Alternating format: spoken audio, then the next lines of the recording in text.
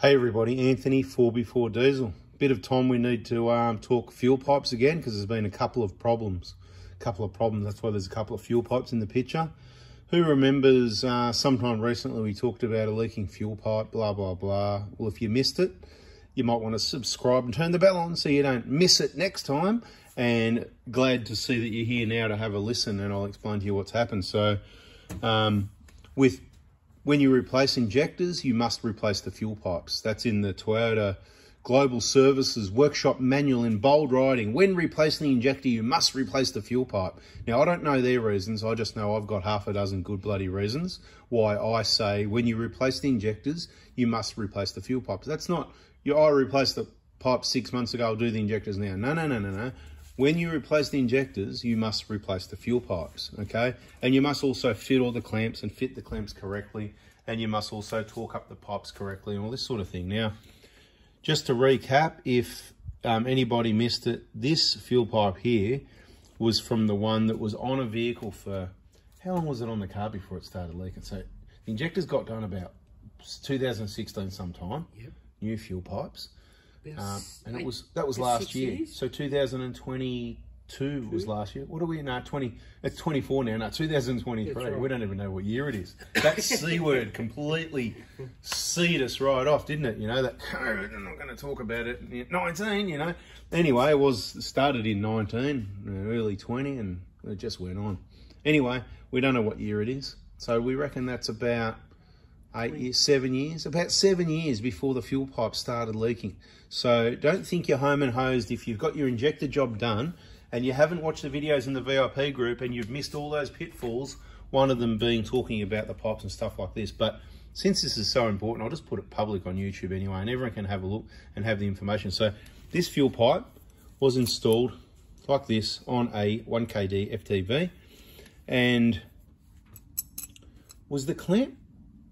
Remind me, there was no clamp. No. Okay, cool. So when you get these pipes, number four is the one, it's got the clamp, it looks like this. It's in the bag, right? Plus we've got these other gaskets and stuff. So we end up with extras. So we supply 2 of those clamps. For whatever reason, the clamp wasn't there. That's in the other video. Let's not go there in this video. Where we're going towards though is letting you know that the reason the clamp's there, because the Toyota engineers said so. They designed it, they put it there. It's got to be there, and all the clamps must be in position to avoid problems like fuel leaks. Now, I can't remember where it was. If you saw the other video, you'll probably find, so the clamp wasn't there, so that means this fuel pipe just vibrates back and forward like this the whole time. Diesel engine, you know that vibration? It's going like that. It's fixed at these 2 ends, but the rest of the pipe here, it's constantly vibrating, which fatigues the metal, and somewhere around here, I can't remember where it was, and you know, I could say let us know in the comments, but you're not going to be able to tell us where. But it was somewhere along here. I don't think it was up here. I'm pretty sure it was on the lower side, around here somewhere. There's a little split somewhere in the fuel pipe. I'll just hold it there so you can have a bit of a look-see to see if we can spot something or not. Long story short, it's because up the other end, you reckon? You're allowed to talk. We're just having a chit chat here. Is it? Is it up here? What, up here somewhere? Or? Turn it, that's it. Did you spot it? Yeah, it's right there. Where? What, here or something? Yeah, no? that's it. Nah. Yep. Really? Yep. Okay, cool. About there somewhere. Could be that one there is where we were looking, sorry. Anyway, yeah, makes sense. So if the clamp was there, it holds it still and it doesn't leak. Now, let's put that one aside. That's that one. Now, I want to be really clear here. We've had plenty of vehicles come on tow trucks and people online saying, hey, I've got this car won't start and I've got fuel leaking, and we said, mate, fuel pipes, you know, whether they've had work done or not, whatever the case may be, it doesn't really matter. But there's been plenty of them. Now, out of all the jobs we've done and all the kits we've sold and all of that, we don't have any issues. So we're going to recommend, if you stick to the procedures, follow it closely, don't make any mistakes, you won't have any issues. So when there is an issue, I always want to work out what's happened. And what's happened today, I've had someone contact me. It is the weekend. Right now it is Saturday. We might even put this video out called Saturday Night Special, whatever. So I'm here with who are you? What's your name again? Fred. Fred, and I'm Barney. Yep. Wasn't I Fred and you're Barney? Anyway, whatever. Fred and Barney here on Saturday. Because, you know, we're private, you know. Oh, no, at the start I said Anthony Ford. Anyway. So anyway, somebody's texted me. Now, I just want to give everyone the rundown days to contact me and where the phone is, so you know in an emergency what to do. And in the VIP group, actually, I might have even shared my weekend number. So if you think you text me on weekends and that, the problem is, if you think you're going to do it before to get in first for Monday, it doesn't work out. You've got to do it Monday morning, 7:30 a.m. for those kits, because what happens is every now and then over the weekend I check the phone, and this is exactly why, because of this situation. Someone broken down on the side of the road, and of course I want to help out as much as I can. May or may not be my fault. I didn't install the injectors or the pipe, so it's probably not my fault. But either way, it could be my fault. You never know. One day I'll make a mistake. Now, I'm just trying to sound a bit arrogant here. Of course, I'm not perfect and we all make mistakes. The target is perfect, okay? So the target is perfect, but, you know, you might miss, you know? So it's just the target. We try and be perfect, but we know we're not. We always make mistakes. Doesn't matter who we are. We just do our best. And if you do your best, then you learn from your mistakes. So look, don't text me on Saturday night at 10 p.m. thinking, oh yeah, he won't hear it or whatever. I won't hear it, that's for sure. But when I when I open the phone, I see the red dots, I open it up because it could be an emergency thing on the weekend like this one was. And then, oh, it's just somebody wants to get an injector kit. Oh, well, it's Saturday night, 10 o'clock. You kind of wasted my time because it's there for emergencies. So you do go down on the scale, you know. We've got a scale here. You start off about, you know, so if that's halfway, you start off about there. And if you do the right thing, you just work your way upwards. And if you don't, you work your way downwards. So before you even text me Monday, you're already down here somewhere. Well, first thing I see is, oh, missed call. Someone tried to call. They didn't watch the video. They didn't listen. I mean, you know, hello. You know, who's not? Can you believe people still try and call me? I reckon there's probably people today, every day people try and call me. And that's fine. They might just want to hear the sound of my voice in the voicemail that goes for 5 minutes saying, hey, text me. Don't call me, text me. But anyway, you could do that watching a video and actually get some information like what I'm about to tell you. But yes, I like to waffle on and I like to talk and go off topic, but it's my way of communicating with you so you know how it works. And if you don't like it, I'm sorry, but good luck and see you later. And for the people that do like it, me going to my effort to explain to you how it works so that I can help you, because there's only one of me and all that, you know how it works, right? So don't really text me any other times. You've got to watch all the videos. Otherwise, you won't put all the pieces of the puzzle together. This is just one more piece of the million piece jigsaw puzzle. Anyway, so today, someone's texted me. I don't even know what time it was. It was in the morning. I was out with Mitch. We were doing some things outside. And I went into the workshop to grab something. I don't know. I thought, well, it's about time I'll go check the phone, right? I'd already checked it once. So it was probably 10 or 11 o'clock because I was going into the workshop to get something. I walked, one phone, there it is in the workshop, the private phone after hours. Well, it's in the house anyway, I haven't checked it all day. So that's how I roll. I'm not always sitting on Facebook or on the phone, you know, it's after hours. But there's a reason why this happened. Obviously, this guy's a good bloke and he got lucky. So he texts me, oh, you know, I'm on the side of the road, blah, blah, blah. You know, do you know anywhere, you know, around Melbourne that I can, you know, it looks like the number 4 fuel pipe split. That's this one. I'll show you in a second. We'll get there. And I said, mate, you can come and see me. So he got lucky, right? Because there's not going to be anywhere around Melbourne on a Saturday that's going to have A, be open, and B, have it in stock. I'm the only one that's going to be open, that's going to have a fuel pipe in stock, blah, blah, blah. Anyway, so I said, come and see me and we'll sort it out, right? So he came down. And now I'm going to have a pick on the fuel pipe a little bit. Not going to name anyone. I'm sure plenty of people have done similar to this as well. So it's a general in nature, right? So here it comes down. Nice bloke. How you going, right? I'll show you the split in the fuel pipe, right? I'll show you that first, right? So it's at this end here. And can you already notice something already that's kind of obvious? That anyway, we'll get to it. All right. So what's the first thing I said, actually? What's the first thing I said? I said, was the clamp on the pipe? Yeah, it was on the pipe with the bolt in it.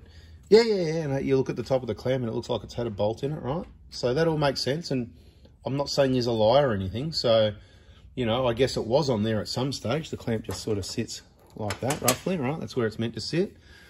So it certainly was on there at some point. Might have been on then. Maybe it didn't go on in the first place. But to be honest, I think you would know, when I get to the end of this video, you would know what I know. And you can't bullshit a bullshitter, if you know what I mean. Oh, I'm not meant to swear, am I? Sorry. Anyway, that would infer that I've been BSing you. But no. But I know how to do that, right? So that's not, so the way it actually sits is, that's why I changed it, because it sits like, that's how the pipe sits. This is down on the common rail. That's how the clamp sits, right? Now, So let's go down. Was it the top of the bottom? It was the bottom, right? Let's have a look at this. Let's have a look at this big split. Sorry about the swear words, kids. Do not swear. No excuse. I told you I'm not perfect. I make mistakes. It's just an old saying that people used to say. I don't even necessarily agree with it, but have a look at that split there, right? Have a look at that. Right, look at that. I'll try and get it the right. See, look at that. It's split all the way from that side there, all the way around for Martin. Yes, man. Hey, something funny going on with YouTube at the moment. I want to tell you all, right, in the comments, and I told you I read the comments, but sometimes they come up for approval, and I'll click the tick to approve them, and then they're gone, and then I'll go back when I go later and check things, and they're still there. So for some reason, there's a whole heap of comments that keep coming up, even old ones, a week ago, 10 days ago, 2 years ago. I don't know what it is. A whole bunch of them are popping up, and it's asking for like approval, and I press approve and it doesn't work. So look, to be honest, when they've been doing that to me for a few days, I haven't found a solution. So sorry, but I've got to delete some of the comments because they're just sitting, they're getting in my way of, you know, the ones I've got to approve. They just keep staying there. Sorry about that. So you've seen the split. Now, why did the split happen? Well, it's quite simple, because the clamp wasn't there, which is why I asked in the first place, was the clamp on the pipe? And it wasn't at some point, because we've got the evidence right here in front of us. As I said, you've probably seen it, because as I've said, fixed at this end, and this whole pipe's diesel vibration is vibrating like that. That means basically this whole pipe's, and these pipes are super strong. Like I can't, you know, like, you know, they're really strong. Don't get me wrong, you can bend them, but it's not just like a coat hanger or something. And that means that's fatigued this part of the fuel pipe here, right? Just wobbling around. Now, let's just imagine that was on the common rail. Anthony wants to know what's going on. Well, Anthony and everybody else can see what's going on, can't they? Right? Can everybody tell me how those two rub marks got there? Yeah. That's why you watch to the end of the videos, even though he's waffling on or whatever. So if somebody put the bolt loose and it fell out after a lot of time, or if somebody forgot to put the clamp, no, they didn't forget the clamp, because the clamps, for whatever reason, the clamps ended up down there, because you want, I'll show you that in a minute, right? At some point, the clamp was there. So if the clamp was on here with a bolt when this happened, that would mean at some stage prior, it wasn't on, and it was vibrating around, and then it got put here later, or it wasn't really on, it was down here, and someone's a bit embarrassed that they forgot to put the bolt. They didn't forget the clamp. They either forgot to put the bolt in, or the bolt not tight enough and it's come loose and come out, which doesn't seem like the kind of bolt that's going to come loose. I'm thinking maybe the bolt forgot to go in there. Now, let's have a closer look at the evidence. Right, you can see the clamp. Now, if I line up that side of the clamp there, you can see. Now I'll move it a little bit extra, and you can see the other side. So 100%, you know that clamp has been hanging there, swinging in the wind like that for a long time for it to leave marks like that on the fuel pipe, right? Now, put in the comments, let me know. Was the guy a bit embarrassed so he couldn't tell the truth that he forgot to put the bolt in? Because that's one option. That's option A, he was embarrassed. Option B, he did the injector job, and for a long time the clamp was down here. But then after some time, could be 6 months or a year, could have been a month, who knows how long, sometime later, he fixed it up, put the clamp up there. So then he's not lying that it was there with a bolt in it, but he forgot to mention that, whatever, or someone else has worked on the car. This nut is looking pretty rough as well. That doesn't look like a crow's foot that I've supplied with the kit has been used on very well. So anyway, use the crow's foot, use the recommended torque specifications. You can see why it failed. So everybody go out to your cars and make sure number 4 fuel pipe has got this clamp, not on the line down here, but up here on the clamp with the bolt in it, which I asked him twice. I said, the clamp, he said, yeah. I said, with the bolt in it. He said, yep. So if that's the truth, then tell me how the hell did this happen? Okay. So, you know, it's like a court case. It's like the police. It's like these young guys that think they can do the wrong thing, and then they think they can lie and get out of it, right? The problem is, as every day and week and month goes by, there's more and more evidence. More and more evidence, right? More cameras, more this, more that. There's more and more evidence and more ways for people to work out what actually happened. And we worked out what happened. You've been warned. That's why fuel pipes leak. It can cause a breakdown. No fuel pressure, no fuel equals your 1 kd FTV or other diesel engine stops. Now, some people won't have liked a 15-minute video to explain that, but you know what? I do, and there's a whole heap of information there, and I explained it in detail, and the people that like detail, they're going to love it. Now, for people that waited around for 15 minutes, I'm going to give you some feedback on some 120 Prado injectors. All right, what was your name again? Fred? Yep. Hey, Fred. Yeah, mate. How's your day been so far? Awesome. How was your lunch? Terrific. Yeah, you like that? Yep. And what about the gay time afterwards? Oh, the golden, love the golden ones. Yeah, that's it, mate. It used to be my old favourites anyway. Yeah, we're a bit bad for lunch, but anyway. So we did the injectors on the old 120, 2009 120. So we did them back in 2016 or something like that. Yep. And I reckon that was more like at about 230, 220, 230k if I had to guess, somewhere around there. Yeah, about 230. I might have been 240 even. Yeah. Somewhere around there anyway, because right. it had the Baileys in there and everybody had trouble with it, so we got rid of those, and had the brass washers as well and all that. That was drama. So we got rid of all that crap and put in some nice genuine injectors. So I reckon, yeah, by the time all that fluff and goo, because it was 200,000 Ks when you got it roughly, so I did a bit on the Bailey, so at least 20, 30,000, maybe 40, somewhere there. I can't remember. Oh, I did I write that on the wall? Can you see Fred written there anywhere? Because I got the Wall of Fame. Yeah, here it is. 2 years it says. There you go. 2 years, they're yours. Look, see that? 2 years, yeah. Yep, says 2 years. Says NCAT. That's the New South Wales, tribunal and that, because that's what happened to get your money out of them. For the brass washers, we got the evidence right here on the board still. Anyway, that's another story. That's in other videos. Subscribe, turn the bell on, all that. Yep. So look, it's done what, 330 something K now? Do I remember correctly? Is it 330? 360. What? 360. That's what it's 363 or something, wasn't it? Or right. Something like that. So it's about to blow up because it's got those crap pistons in it. No, one of these 1K. These are the crap pistons. Anyway. So it seemed a bit premature. Okay, so the water's under the bridge. It's 7 or 8 years since the injectors were done, ballpark. It's only done, let's say, about 100,000 Ks, just to be round figures. Maybe a bit more, maybe a bit less, because we haven't got records in front of us right now, and we don't really care that much, right? And it's kind of like, oh, these injectors going to be wasted. So I want to give a little bit of feedback. It did run a little bit rough when we started it up. Yeah, it did. And it wasn't just for 3 or 4 or 5 seconds, like there was a bit of soot. We didn't do an EJAR clean, it was already clean. There's nothing there that should have caused that. It ran rough for a little while, I'd say, for even a minute or two, it slowly got better. Yep. And I believe that's because the ECU had made adjustments for the old injectors, which sort of says to me that at least one of them might have been out a bit. And even though we weren't seeing it on the readings, I didn't really hear it cold, but you reckon it was pretty noisy when it was cold, yeah? Yeah, absolutely. Yeah, really, really bad, nasty. Yeah, you couldn't drive it home cold. Not nice, huh? Okay. Okay, cool. So, of course, when I saw him again today, I said, yep, sounds good, no worries. How did it go?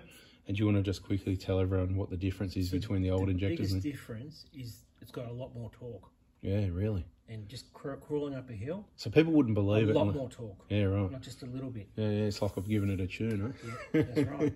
Well, we haven't done that. Yep. So it's much better. Well, that's good. So that's surprising for me, but you've heard it direct from Fred. Yeah, if it pulls harder, then that's good. A bit quieter when it's cold, or? Oh, perfect. Yeah? Yep. Just a little bit better or heaps better? 100% better. Really? So injectors are that low kilometres, 7 or 8 years old, that much difference. One of them was really bad, I reckon. Yeah. So I think that means a lot more than diagnostics sometimes, which is why we give out the averages, the 7 or 8 year recommendation. Obviously, the 150 injectors that are full DLC coated, they're going to last a little bit longer. Not so much of a time thing. You could probably push it out probably 10 years, if it's 150K. Usually they don't get noisy before 150 on those 150 injectors. If you do a lot of Ks, you could easily push it out to 200 or more. But it all depends how many Ks you do. Okay, so quieter when you start it up. Seems to be more responsive, more torque sort of thing. Yep. Okay, good. Anything else to add? I'll let you know about the efficiency later. Yeah, cool. We'll do a bit of a fuel thing. We'll mention at the end of another video some other time. All right, people, there you go. There's a pretty long video with your Saturday night information. Let's whack this one out today. And that's a bada bing, bada boom. We'll catch you on the next video. Hit the like button if you learnt something. Trying to help you. Catch ya.